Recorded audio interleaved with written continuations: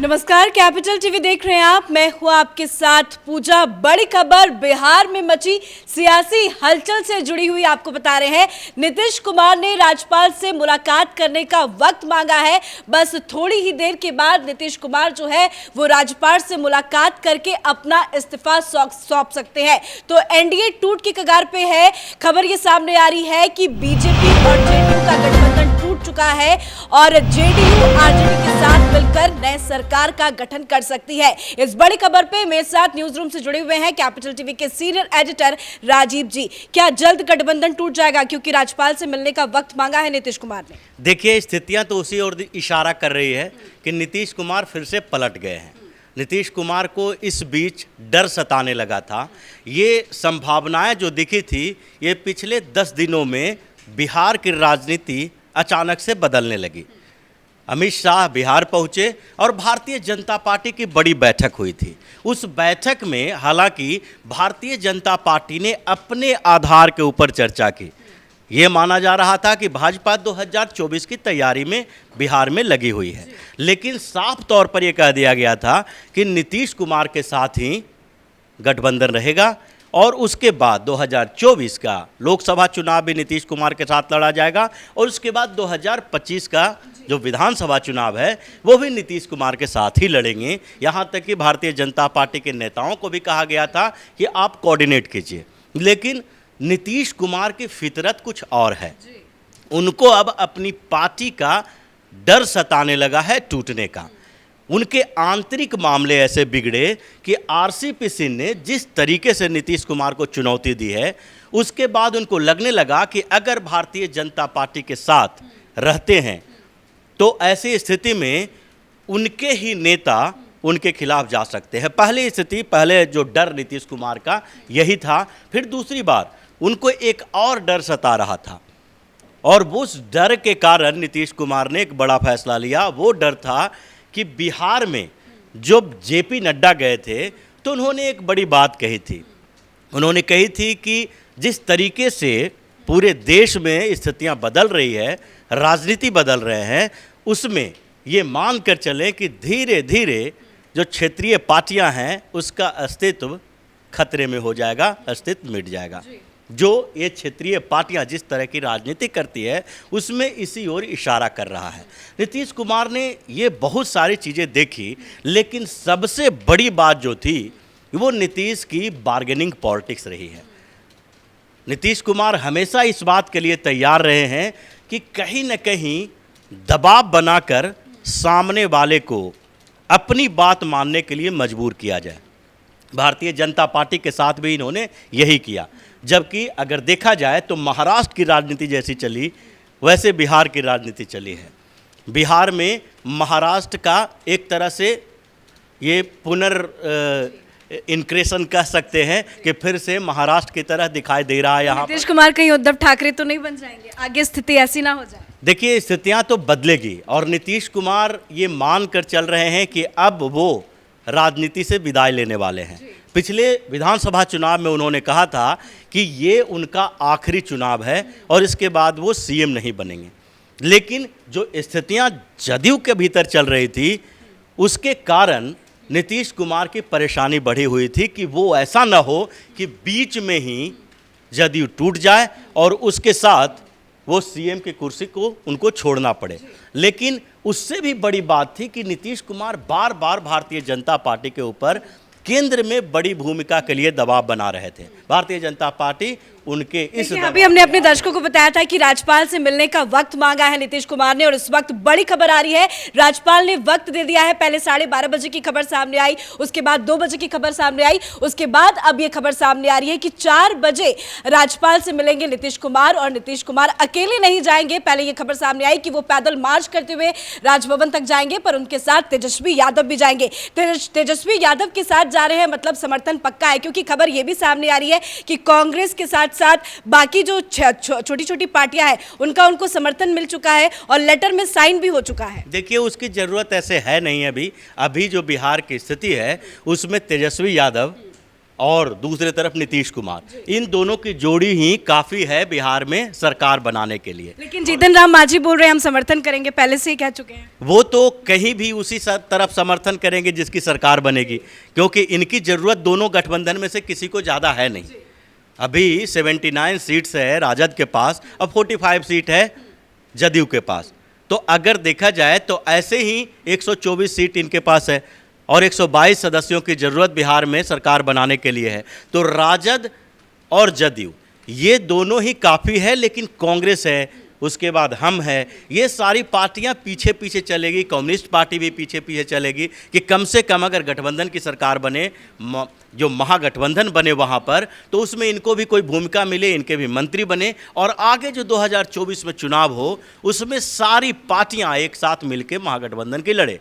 लेकिन यहीं पर सबसे बड़ी समस्या नीतीश कुमार के लिए खड़ी होने वाली है, क्योंकि अभी भारतीय जनता पार्टी और जदयू का गठबंधन है, उन दोनों का वोट का आधार भी लगभग एक ही है। लेकिन नीतीश कुमार के प्रति जो जिस तरीके की भावनाएं हैं, जो आरसीपी सिंह ने भी कहा कि 2010 से जो सरकार चली, कुछ समय तक सरकार चली, 16-17 तक जो सरकार चली, उसमें नीतीश कुमार ने अच्छा काम किया। अच्छा काम करने का मतलब यही था कि राजद की सरकार के बाद जो नीतीश कुमार ने उम्मीदें जताई थी, वो उम्मीदें लोगों की सामान्य स्तर पर इतनी थी कि यहाँ पर लॉ एंड ऑर्डर की समस्या थोड़ी ठीक ठाक हो जाए, समस्या रहे नहीं, और जो जंगल राज चल रहा था राजद की सरकार में, वो जंगल राज पर ब्रेक लग जाए। लेकिन बाद में नीतीश कुमार पूरी तरह से एक तरह से उसी स्थिति में आ गए कि जितना कर दिया वो बहुत है, उसके आगे कुछ करने की ज़रूरत नहीं है। इसलिए नीतीश कुमार का आधार धीरे धीरे घटता गया और आज स्थिति यह है कि पिछले विधानसभा चुनाव में भारतीय जनता पार्टी से आधी सीटें जदयू को मिली है। जैसा कि बड़े भाई छोटे भाई की भूमिका की बात हो रही थी कि जदयू हमेशा नीतीश कुमार वहां पर लीड करने की भूमिका में रहते थे। बिहार की राजनीति में Bharatiya Janata party second lead में रहती थी गठबंधन में, लेकिन स्थितियां बदल गई और नीतीश कुमार को फिर भी भाजपा ने मुख्यमंत्री बनने का मौका दिया कि आपके पास 43 सीटें हैं, फिर भी आप मुख्यमंत्री बनो, गठबंधन में हम रहेंगे, आपके नेतृत्व में चुनाव भी लड़ेंगे और आपके नेतृत्व में सरकार भी चलाएंगे। लेकिन फिर भी नीतीश कुमार इस बात से खुश नहीं नज़र आ रहे हैं, क्योंकि उनको लग रहा है, इस बात का डर कि अगर आगे की राजनीति भी करनी है तो किसी तरीके से सम्मानजनक हमारा एग्जिट हो जाए पॉलिटिक्स से। और वो इस बीच नीतीश कुमार पे तो कई आरोप भी लग रहे हैं कि उन्होंने फिर से बाजी पलट दी है, फिर से बैकफुट पे आ गए, दोबारा वो जाके लालू प्रसाद यादव का समर्थन कर रहे हैं।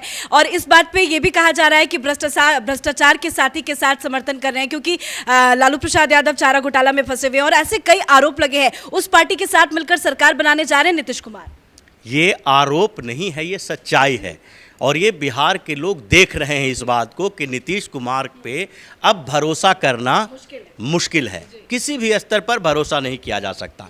पिछली बार 2014 में जब नरेंद्र मोदी को पीएम का उम्मीदवार बनाया गया था तो नीतीश कुमार ने भारतीय जनता पार्टी से गठबंधन तोड़ा था। उस गठबंधन तोड़ने की मेन वजह क्या थी?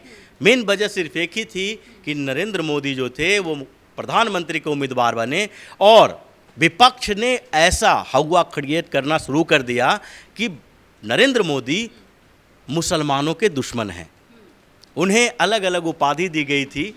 ये गुजरात के दंगा का दोषी करार दिया जा रहा था मीडिया में और दूसरी तरफ से विपक्षी पार्टियों द्वारा, जबकि सुप्रीम कोर्ट ने क्लीन चिट दे दी थी, पहले ही हाई कोर्ट ने भी दे दी थी, एसआईटी ने भी दे दी थी। लेकिन इन लोगों ने उनके ऊपर ऐसे आरोप लगाए, माहौल ऐसा ही क्रिएट हुआ और उसके कारण नीतीश कुमार को लगा कि मेरा जो मुस्लिम वोट बैंक है वो खिसक जाएगा। उन्होंने पलटी मार ली। लेकिन 2014 के लोकसभा चुनाव में उनका हश्र जो हुआ, उसके बाद उन्होंने फिर से सोचा कि रीजनल पार्टियों का गठबंधन होना चाहिए और वो अपने चीर प्रतिद्वंदी जो है राजद, जो लालू यादव की आलोचना कर करके, उनकी शिकायत कर करके वो लगातार सत्ता में बने रहे और वही पार्टी के साथ उन्होंने गठबंधन किया।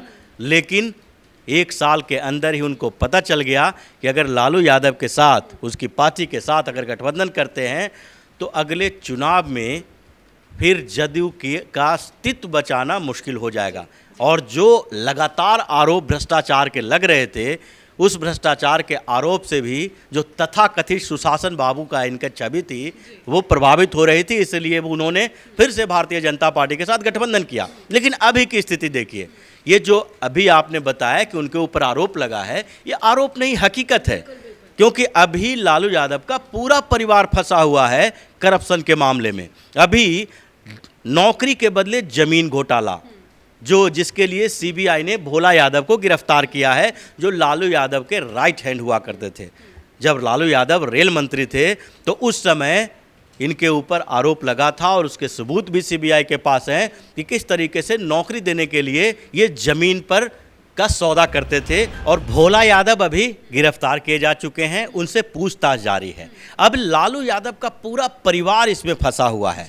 एक लालू यादव ही नहीं है, रबड़ी देवी के नाम से भी ज़मीन है, उनकी बेटी मीसा भारती के नाम से भी ज़मीन है, उनकी दूसरी बेटी रोहिणी आचार्य के नाम से भी ज़मीन है। ये सारा परिवार फंसा हुआ है करप्शन के नए चार्जेज में, और उसमें नीतीश कुमार की पार्टी ने एक शब्द नहीं बोला। यानी कि पहले से कॉन्स्पिरेसी इनकी चल रही थी, और ये कॉन्स्पिरेसी उस समय से चल रही थी जब नीतीश कुमार लगातार इफ्तार की पार्टी कर रहे थे तेजस्वी के साथ, और उनको लग रहा था कि अब कभी भी फिर से राजद के साथ गठबंधन बनाया जा सकता है। लेकिन इस स्थितियों का परिणाम क्या होगा ये तो जनता ही बताएगी। लेकिन राजीव जी, अभी सभी की नज़र बीजेपी पर है कि क्या बीजेपी का अगला स्टेप होगा। हाथ पे हाथ धर के तो बीजेपी नहीं बैठेगी। बीजेपी ने हालांकि बिहार कोर ग्रुप की बैठक 4 बजे बुलाई है, तो अगला स्टेप और अगली स्ट्रेटेजी क्या हो सकती है बीजेपी? देखिए, बीजेपी के पास 2 प्लान है।